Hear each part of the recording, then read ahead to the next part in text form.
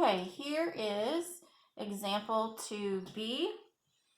Your final answer should have been 28y squared plus 31y minus 10. If you didn't get that, go back and check and see where you could have made a mistake and try to work it out until you get that answer.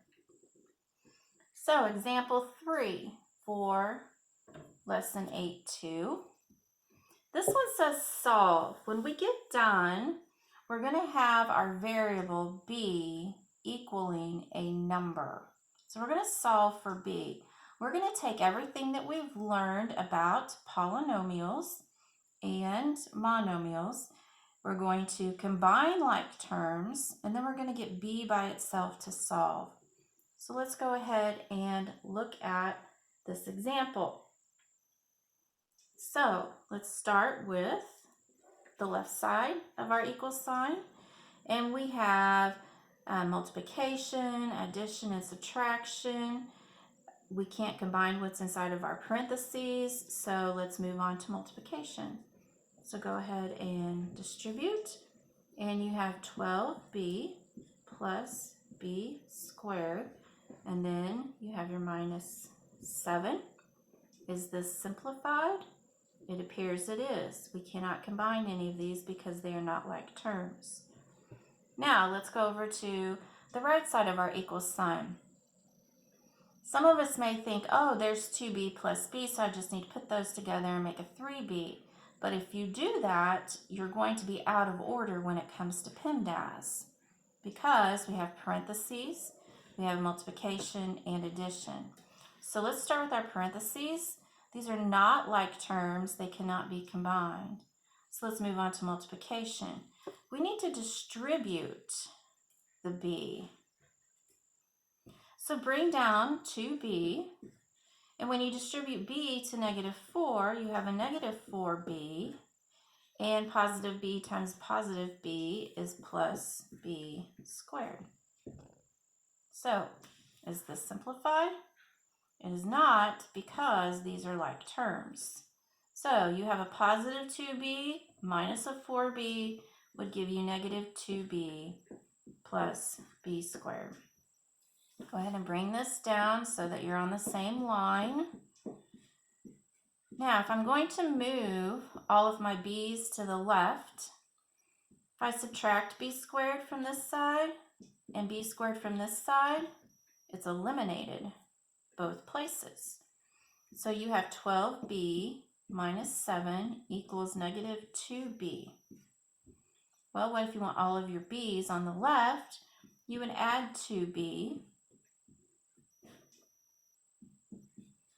and that would give you 14b minus 7 equals 0. You need your 7 on the other side, so add 7 to each side, and you would have 4b equals 7, and divide each side by 14 to get b by itself, and b equals 1/2. A lot of work, but you've learned all of these steps in previous lessons. We're just putting it all together into one large problem. Okay, now example 3b is very long. It's going to take you several steps.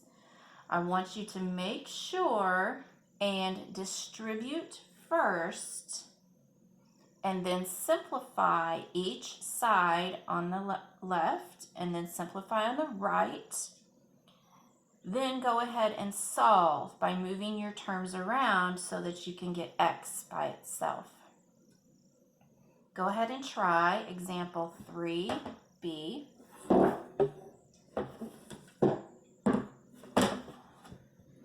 I'll give you a few minutes to work through that. Turn off your video and come back to it.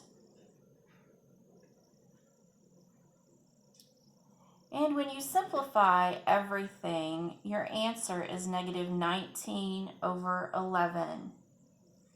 If you did not get this answer, make sure that you're distributing your negatives correctly. A lot of times that's where we make our mistakes. For example, when it says 2x times x minus 3, when you distribute the 2x to the negative 3, it should be negative 6x. And the same on the right side of the equals sign. 3x distributed to the negative 5 is negative 15x. So if you didn't get this answer, go back and check and see if you did that part correctly. This is the end of lesson 8.2. I should have lesson 8.3 up on video in a couple of days.